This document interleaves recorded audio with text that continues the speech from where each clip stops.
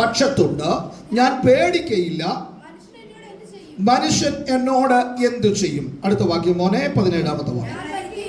ഞാൻ മരിക്കയില്ല, ഞാൻ ജീവനോടെ ഇരുന്ന് യഹോവയുടെ പ്രവൃത്തികളെ വർണ്ണിക്കും. സ്തോത്രം. രണ്ടാമത്തെ ഭാഗം ഒന്ന് കമ്പിവാചകം പോലെ തൊട്ടുവിട്ടേച്ച് ആദ്യത്തെ വാക്യത്തിലേക്ക് ഓടി വരാം. മരിക്കയില്ല, ഞാൻ ജീവനോടെ ഇരുന്ന് യഹോവയുടെ പ്രവൃത്തികളെ വർണ്ണിക്കും. അപ്പൊ നമ്മളെ ജീവനോടെ ഇരുത്തിയിരിക്കുന്ന എന്തിനാ? ദൈവത്തിന്റെ പ്രവൃത്തികളെ വർണ്ണിക്കാൻ വേണ്ടിയിട്ടാ. എത്ര അപകടങ്ങൾ ഹല്ലേലൂയ നമ്മുടെ കണ്ണിന്റെ മുമ്പിൽ കണ്ടവരാണ്. ഹല്ലേലൂയ. ഐസിയുവിന്റെ പലപ്പോഴും ഓർപ്പിക്കാറുള്ളത് പോലെ ഐസിയുവിന്റെ ആ വാതിൽ വരെ ആമേനല്ലേ മനുഷ്യർക്ക്, അല്ലെങ്കിൽ നമ്മുടെ ഭാര്യയ്ക്ക്, ഭർത്താവ്, നമ്മുടെ കുഞ്ഞുങ്ങൾക്ക് വരാം. ആമേനല്ലേ ആ ഐസിയുവിനകത്ത് നാം ഒറ്റയ്ക്ക് കിടക്കുമ്പോൾ അവിടെയും ഇറങ്ങി വരുന്ന ഒരു ദൈവിക കരമുണ്ട്. അപ്പൊ അവിടുന്ന് ഐസിയുവിനകത്ത് നിന്ന് ഇറങ്ങി വന്നവർ നിങ്ങളുടെ വീട്ടിൽ ആരും ദൈവത്തെ സ്തുതിച്ചില്ലേലും ആമേനല്ലേലൂയ വ്യക്തിപരമായി സ്തുതിക്കാൻ കടപ്പെട്ടതാ. ഹല്ലേലൂയ. ആമേൻ. ഒന്നുകൂടെ ഓർപ്പിക്കട്ടെ. ആമേനല്ലേലൂയ. ഒരു പെട്ടകത്തിന് മുൻപാകെ കടന്നുകൊണ്ട് ഒരു മോശനെ പോലെ, ഒരു ഭ്രാന്തനെ പോലെ ഒരുവൻ നൃത്തം ചെയ്ത് യഹോവയ്ക്ക് മഹത്വം കൊടുക്കുകയാണ്. Hallelujah, hallelujah. വിലയറിഞ്ഞവനെ ദൈവത്തെ ആരാധിക്കാൻ കഴിയത്തുള്ളൂ കേട്ടോ. ആമേൻ, ആമേൻ. നിന്നെ നീയാക്കി തീർത്ത ദൈവത്തിന്റെ വിലയറിഞ്ഞെങ്കിൽ മാത്രമേ ഇതുപോലെ ദൈവത്തെ ആരാധിക്കാൻ കഴിയത്തുള്ളൂ. ഹല്ലേലൂയ. എന്റെ കൂടെ നിൽക്കണം കേട്ടോ. ഹല്ലേലൂയ. ആമേൻ, ആമേൻ. ഹല്ലേലൂയ. എന്തിനാ പ്രശ്നേ? ആമേൻ. ദാവീദ് ഇങ്ങനെ കിടന്ന് ദൈവത്തെ ആരാധിക്കുന്നത്. ഹല്ലേലൂയ. എന്തിനാ മാമേ ദൈവത്തെ ഇങ്ങനെ കിടന്ന് ആരാധിക്കുന്നത്? സ്തോത്രം. Hallelujah, hallelujah. ഇങ്ങനെന്തിനാ സ്തോത്രം പറയുന്നത്? ഇങ്ങനെന്തിനാ നൃത്തം ചെയ്യുന്നത്? ഹല്ലേലൂയ. ആമേൻ, ആമേൻ. മീകള് കുറ്റം പറയാൻ തുടങ്ങി. ദാവീദ് പറഞ്ഞു, നീ കുറ്റം പറഞ്ഞു. ആമേൻ. എനിക്ക് മറ്റൊന്നിനും നേരമില്ല. അവൻ ഞാനായിത്തീർന്നത് അവൻ വനാന്തരത്തിനകത്ത് എന്റെ അപ്പനും അമ്മേനെ ഉപേക്ഷിച്ചപ്പോഴും എല്ലാ ബന്ധുക്കളും മറന്നുപോയപ്പോഴും അവനല്ല എന്നെ വിളിച്ചൊരു ദൈവ ശബ്ദമുണ്ട്, എന്നെ തെരഞ്ഞെടുത്ത ഒരു ദൈവ കരമുണ്ട്. അവൻ എന്നെ ഇവിടം വരെ കൊണ്ടുവന്ന ചരിത്രത്തിൽ ഇടപെട്ട ഒരു മഹാദൈവം എനിക്കുണ്ട്. അറിഞ്ഞവനെ ദൈവത്തെ ആരാധിക്കാൻ കഴിയത്തുള്ളൂ. സ്തോത്രം. യോഗ്യതകളൊന്നും പറയാനില്ലാത്ത നിങ്ങളത് ചിന്തിച്ചേ. ആ വചനത്തോട് നീതി പുലർത്താൻ പറ്റുമെന്ന് എനിക്കറിയില്ല. ദൈവം നമ്മൾ വിചാരിക്കുന്നത് പോലെയല്ല ദൈവത്തിന് ഇടപെടലുകൾ നടക്കുന്നത്. സ്തോത്രം. ഹല്ലേലൂയ. നാണമുള്ളവർ ദൈവത്തെ ആരാധിക്കേണ്ട കേട്ടോ. ശക്തുടയുമെന്ന് വിചാരിക്കുന്നവർ ദൈവത്തെ ആരാധിക്കേണ്ട. വല്ലവരും കളിയാക്കുമെന്ന് പറയുന്നവർ ദൈവത്തെ ആരാധിക്കേണ്ട. പക്ഷേ ഹല്ലേലൂയ, എന്റെ ദൈവത്തിന് മുൻപാകെ ഇനി ഒരു മോശനാകാൻ ഞാൻ ആഗ്രഹിക്കുന്ന ദൈവമക്കളുണ്ടെങ്കിൽ ഇന്ന് മകൻ നിർമ്മല മനസ്സോടെ ദൈവത്തെ ആരാധിച്ചോ. ദൈവത്തിന്റെ ജീവിതത്തെ മാറ്റിമറിക്കുവാനായിട്ടിടയായി തീരും. ഹല്ലേലൂയ. യേശുവിന്റെ നാമത്തിൽ. ഹല്ലേലൂയ. ഒന്ന് നോക്കിക്കേ. റോയൽ ഫാമിലി പെട്ടവൻ ആരാ പ്രശ്നേ? ദാവീദ് ആരാ? രാജാവാ ഇസ്രായേലിലെ. നമ്മള് പറഞ്ഞിരിക്കുന്നത് നമ്മുടെ വീട്ടിലെ രാജാവാന്ന് പറഞ്ഞ് നടക്കുന്നത്. സ്തോത്രം. ഹല്ലേലൂയ. അല്ലേ? നാട്ടിലോട്ടിറങ്ങിയ രാജാവ് കളിച്ച വല്ലവരും സമ്മതിക്കുവോ? ഇല്ല. പക്ഷെ ദാവീദ് നാട്ടിലിറങ്ങിയാലും രാജാവാ.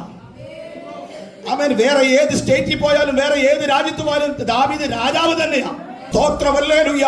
അവിടെ ഒരു രാജാവിന് ഇങ്ങനെ ദൈവത്തെ ആരാധിക്കാൻ പറ്റുവാണെങ്കിൽ അത്രത്തോളം ഒരു ക്വാളിറ്റി പറയാനില്ലാത്ത നാം എങ്ങനെ ദൈവത്തെ ആരാധിക്കണം? പെട്ടകത്തിന് മുൻപാകെ നൃത്തം ചെയ്ത് ആരാധിക്കുകയാണ്. ഹല്ലേലൂയ. ആമേൻ, ആമേൻ. ഹല്ലേലൂയ. ഞാൻ ഇന്ന് ചോദിക്കട്ടെ പ്രിയപ്പെട്ടവരെ, ഇങ്ങനെ ആമേൻ ഹല്ലേലൂയ ആ നൃത്തം ചെയ്യാൻ സ്റ്റെപ്പ് എടുക്കുമ്പോ അടുത്ത് നിൽക്കുന്ന അച്ചാച്ചൻ എന്നാ വിചാരിക്കുമെന്ന് വിചാരിച്ചോ? നീ എന്നാ വിചാരിച്ചാൽ എനിക്കെന്നാ? ഞാൻ ആയിത്തീർന്നതിന്റെ പിന്നിൽ വ്യാപരിക്കപ്പെട്ട ഒരു ദൈവകൃപയുടെ കരം എന്റെ ജീവിതത്തിനകത്തുണ്ട്. എനിക്ക് ആലോചന പറയുന്ന ഒരു ദൈവമുണ്ട്. സ്തോത്രം. എന്റെ ജീവിതത്തെ വഴിതിരിച്ചു വിട്ടൊരു ദൈവം എനിക്കുണ്ട്. ആകയാൽ ആ ദൈവത്തെ ആരാധിക്കാൻ കിട്ടുന്ന നിമിഷങ്ങളൊക്കെ ഞാൻ ദൈവത്തെ ആരാധിക്കും. സ്തോത്രം. ഹല്ലേലൂയ. അതുകൊണ്ടാണ് നിങ്ങളെ ആരാധനയ്ക്ക് പ്രോത്സാഹിപ്പിക്കുന്നത്. അതുകൊണ്ട് സ്തുതിക്കുന്നവന്റെ സ്ഥിതിക്ക് ദൈവം മാറ്റം വരുത്തും. ആമേൻ. വാ കൂട്ടിയിരിക്കുന്നവൻ അങ്ങനെ ഇരിക്കും. എന്നാൽ മടി കൂടാതെ സ്തുതിക്കുന്ന ഒരു ദൈവവൈദ്യന്റെ ജീവിതത്തെ ദൈവം ആകമാനം മാറ്റിമറിക്കും. സ്തോത്രം. ആമേൻ. ഹല്ലേലൂയ. കറിക്ക് അവൻ ഇപ്പോഴും അരകല്ലൊന്നുമില്ല, പോട്ടെ. സ്തോത്രം. ഹല്ലേലൂയ. കറിക്കരിയുമ്പോഴും എങ്ങനെ ആമേൻ. കറി വെക്കുമ്പോഴും അന്യഭാഷ പറയാം. ആമേൻ. അതിന് വേറൊരു മറുവശം കൂടെ ഉണ്ട്. അത് അങ്ങോട്ട് പറയാതെ പോകുന്നത് ശരിയല്ലല്ലോ. ആമേൻ. ഹല്ലേലൂയ. കറിക്കരിയുമ്പോഴും വഴക്ക് പിടിക്കാം. ഹല്ലേലൂയ. ആമേൻ. തേങ്ങ ചിരവുമ്പോഴും എന്ത് ചെയ്യാം? പലപ്പോഴും ചിലപ്പോ ചിന്താഗതി ഇതാ, ആമേൻ, ഈ ചിരണ്ടുന്നത് എന്നോടിപ്പോ വഴക്ക് പിടിച്ച ആരോ, ആമേൻ, ഡാഷ് ഡാഷ് ഡാഷ്. അത് ഭർത്താവാണെങ്കിലും ഭാര്യയാണെങ്കിലും ആമേൻ, ഹൃദയത്തിനകത്തോടെ ചിന്ത പോകുന്നത്, എന്റെ കയ്യിൽ ഇപ്പൊ കിട്ടിയിരുന്നെങ്കിൽ ഇതുപോലെ ഞാനിട്ട്. സ്തോത്രം. ഹല്ലേലൂയ. ആമേൻ. ദൈവത്തിന് നന്ദിയോടെ സ്തോത്രം ചെയ്യുക. ഹല്ലേലൂയ. ഞാൻ രാജാവാണെന്നേ, ആമേൻ, അടുത്ത് നിൽക്കുന്നവൻ എന്റെ പടയാളി, എന്റെ സ്തോത്രമല്ലേ കമാൻഡർ എന്തു വിചാരിക്കുമെന്ന് രാജാവ് വിചാരിച്ചില്ല. വിചാരിച്ചോ?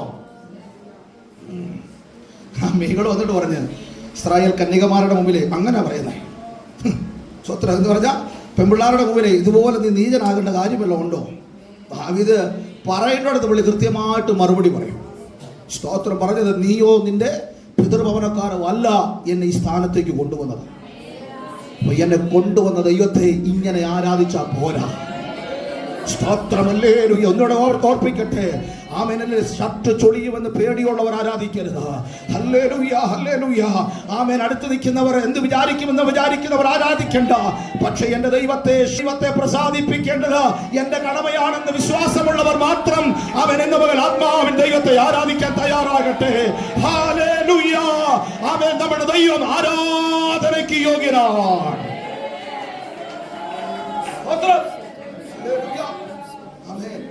അതുകൊണ്ട് ആത്മാവിൽ ആരാധിച്ചോണം കേട്ടോ. അതിലേക്ക് പോയാൽ അവൻ ഒത്തിരി സമയം പോയി. ഞാൻ മരിക്കയില്ല. ഞാൻ നിങ്ങളോട് ചോദിക്കും, നമ്മൾ മരിക്കുമോ? പിന്നെന്താ ദാവീദ് ഇങ്ങനെ പറഞ്ഞ മരിക്കയില്ല എന്ന് പറഞ്ഞതിന്റെ കാരണം എന്താ? അതൊരു പ്രത്യേക വിഷയത്തോട് ബന്ധപ്പെട്ട ഒരു രോഗത്തോട് ബന്ധപ്പെട്ടാവാം. ആമേൻ. താൻ മരണത്തെ മുഖാമുഖം കണ്ടു കഴിയുന്ന ഒരു അനുഭവത്തിലാകാം. പക്ഷേ ഇവിടെ പറയുകയാണ്, ഞാൻ മരിക്കയില്ല. ആമേൻ. മരിക്കാതിരിക്കുന്ന ആളുകൾ, മാമൻ, ജീവനുള്ള ആളുകൾ ജീവനോടിരുന്ന് ദൈവത്തിന്റെ പ്രവർത്തികളെ വർണ്ണിക്കുമെന്നാണ് ബൈബിൾ പറയുന്നത്. സ്തോത്രം. ഞാൻ മരിക്കയില്ല. നമ്മൾ മരിക്കത്തില്ല. പ്രശ്നം മരിക്കുമോ? മരണത്തെ പേടിയുള്ളവരൊക്കെ ദൈവത്തെ മുഖത്തപ്പെടുത്തിയാട്ടെ. സ്തോത്രം. ഹല്ലേലൂയ. ഇന്ന് നമുക്ക് ആ കെട്ട് അഴിയണം. മരണത്തെ പേടിയുള്ള കെട്ട് ഇന്ന് പകൽ അഴിയണം. എനിക്ക് ഒത്തിരി ഒത്തിരി വചനത്തിന്റെ ഭാഗങ്ങൾ കയറി വരികയാണ്. മരിക്കയില്ല. മരിക്കത്തില്ല. മരിക്കും. മരിക്കും. മരിക്കും. അല്ലേ? സ്തോത്രം. മരിക്കും. പക്ഷെ ദൈവമക്കളെ സംബന്ധിച്ചിടത്തോളം ബൈബിൾ പറയുന്നത് ദൈവമക്കളുടെ മരണം എന്ന് പറയപ്പെടുന്നത് നിദ്രയോട് ബന്ധപ്പെട്ടാ പറയുന്നത്. നമ്മൾ ഇന്നലെ രാത്രി ഉറങ്ങിയില്ലേ? ഉറങ്ങിയോ? ഇന്ന് രാവിലെ എഴുന്നേറ്റോ? അതെന്നെ ചോദ്യ ഭാഷ ചോദിക്കുന്നു. ഇന്ന് രാവിലെ നമ്മൾ എഴുന്നേറ്റു. ആമേൻ. നമ്മൾ ഉറക്കരുത് എഴുന്നേറ്റത് കൊണ്ടാണ് ഇന്ന് മുതൽ ഇവിടെ വന്നത്. ബൈബിൾ മരണത്തെക്കുറിച്ച് ഇത്രേ പറയുന്നുള്ളൂ. ഭക്തന്മാരുടെ, വിശുദ്ധന്മാരുടെ മരണം, ഭക്തന്മാരുടെ മരണം, ആമേൻ, ദൈവമക്കളുടെ മരണം ഒരു ഉറക്കം പോലെയാണ്. ആണോ? ആണ്. ഹല്ലേലൂയ. ആമേൻ. ഒറ്റ വാക്കിലൂടെ പറഞ്ഞാൽ നമുക്ക് നിർത്താം. ഒന്നാം പുനരുത്ഥാനത്തിൽ പങ്കുള്ളവൻ ഭാഗ്യവാനും വിശുദ്ധനുമാകുന്നു. രണ്ടാം മരണത്തിന്, അവിടെയാണ് യഥാർത്ഥ മരണം. രണ്ടാം മരണത്തിന് അവന്റെ മേൽ അധികാരമില്ല. ആ രണ്ടാം മരണം ഏതാണെന്ന് അറിയാമോ? അതാണ് നിത്യ നരകം. ഹല്ലേലൂയ. ആമേൻ. അതുകൊണ്ട് നിത്യ നരകത്തിൽ നമ്മൾ പോകരുത്. എവിടെ പോകണം? നിത്യ സ്വർഗത്തിലേക്ക് പോകണം. ഭക്തന്മാരുടെ മരണത്തെ കുറിച്ച് ബൈബിൾ പറയുന്നത് ഒരു ഉറക്കം പോലെയാണ്. അതുകൊണ്ടാണ് തെസ്സലോനിക്ക ലേഖനത്തിനകത്ത് പറയുന്നത്, നിദ്ര കൊള്ളുന്നവരെ കുറിച്ച് നിങ്ങൾ അറിവില്ലാതിരിക്കരുത്. സ്തോത്രം. മരണത്തെയൊക്കെ ഇത്ര ലഘൂകരിക്കത്തക്ക നിലകളിൽ ആമേൻ അഭിഷക്തന്റെ യാതനത്തിലൂടെ വാക്കുകളെ ദൈവാത്മാവ് പുറത്തു കൊണ്ടുവന്നെങ്കിൽ ഒടുക്കത്തെ ശത്രു മരണമാണെന്ന് ആമേൻ ബൈബിൾ പറയുമ്പോൾ ആ ശത്രുവിനെയൊക്കെ നിസാരവൽക്കരിക്കുന്ന ഒരു അഭിഷേക തലത്തിലേക്ക് ദൈവദാസനെ ദൈവം കൊണ്ടുവന്നു. അല്ലേ? ചെറുതൊരു ഹല്ലേലൂയ പറഞ്ഞാട്ടെ. ഹല്ലേലൂയ. അതവിടെ നിൽക്കട്ടെ. പിന്നീട് ഒരു സമയത്ത് ഞാൻ അതിനെ കുറിച്ച് കൂടുതൽ വിശദമാക്കാം. ആമേൻ. 6-ാമത്തെ വാക്യം വായിച്ച് പെട്ടെന്ന് വായിക്കണം. യഹോവ എന്റെ പക്ഷത്തുണ്ട്, ഞാൻ പേടിക്കയില്ല. അപ്പോ നമ്മുടെ പക്ഷത്ത് ആര് വേണം നിൽക്കാനായിട്ട്? എന്നാ കുരുത്തക്കേട് കാണിച്ചിട്ടും ദൈവം കൂടെ നിൽക്കണം നടക്കുമോ? ഞാൻ പറഞ്ഞതുപോലെ ഒരു നാണയത്തിന്റെ രണ്ട് വശങ്ങളുള്ളത് പോലെ ദൈവഹിതമില്ലാത്ത ഏതൊരു കാര്യം ചെയ്തിട്ടും ദൈവം എന്റെ കൂടെ നിൽക്കണമെന്ന് പറഞ്ഞാൽ ദൈവത്തിന് വേറെ 100 കൂട്ടം പണിയുണ്ട്. സ്തോത്രം, ഹല്ലേലൂയ. ഒന്ന് തെളിയിച്ചു തരാം. സംഖ്യാപുസ്തകം 14-ാം അധ്യായം എടുക്കണം. അതിന്റെ 42-ാമത്തെ വേദവാക്യം വായിക്കണം. പെട്ടെന്ന് വായിച്ച സംഖ്യ 14:42.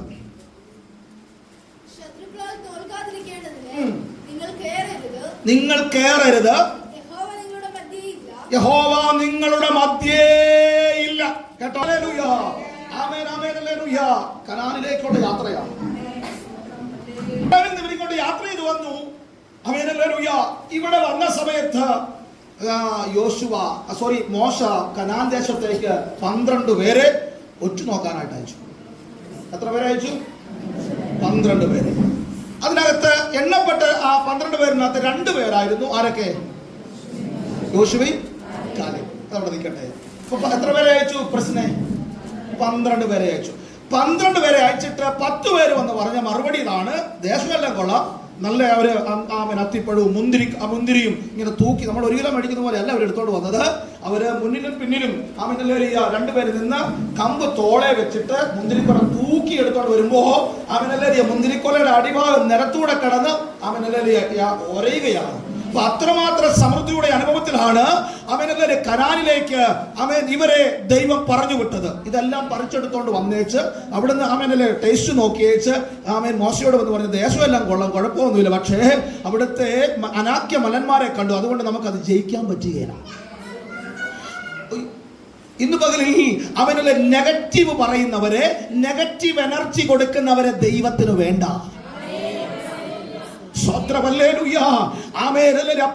കത്തിയുണ്ട്, വിറകുണ്ട്, തീയുണ്ട്, ഹോമയാഗത്തിലുള്ള ആട്ടിൻകുട്ടി എവിടെ എന്ന് ചോദിച്ചപ്പോ മകനെ യഹോവ കരുതിക്കൊള്ളുമെന്ന് പറയുന്ന പോസിറ്റീവ് പറയുന്ന ചില അബ്രഹാമുമാരെ ദൈവത്തിന് ഇന്ന് പകൽ ആവശ്യമുണ്ട്. തകർന്ന് തരിപ്പണമായി കിടക്കുമ്പോഴും ഇതിന്റെ നടുവിൽ ഞങ്ങൾ കൃപയാൽ പുറത്തു വരുമെന്ന് പറയുന്നവരെ ദൈവത്തിന് വേണ്ടത്. മനസ്സിലാകുന്നവർക്കാണ് ഞാൻ ദൈവത്തിന് സ്തോത്രം ചെയ്യുകയാണ്. അവൻ പണിയെല്ലാം ഇടിഞ്ഞു കിടക്കുമ്പോൾ, വെന്ത് കിടക്കുമ്പോൾ അവന്റെ ദാസന്മാരായ ഞങ്ങൾ എഴുന്നേറ്റ് പണിയുമെന്ന് പറയുന്ന ചില നെഹമ്യാവുമാരെ ദൈവത്തിന് പകൽ ആവശ്യമുണ്ട്. Hallelujah, hallelujah, hallelujah. ഉണങ്ങിയ അസ്ഥികളുടെ നടുവിൽ എല്ലാ പ്രതീക്ഷകളും നഷ്ടപ്പെട്ട് കിടക്കുമ്പോൾ ജീവിക്കുമെന്ന് പറയുന്ന ചില എസെക്കിയേൽമാരെ ദൈവത്തിന് ആവശ്യമാണ്.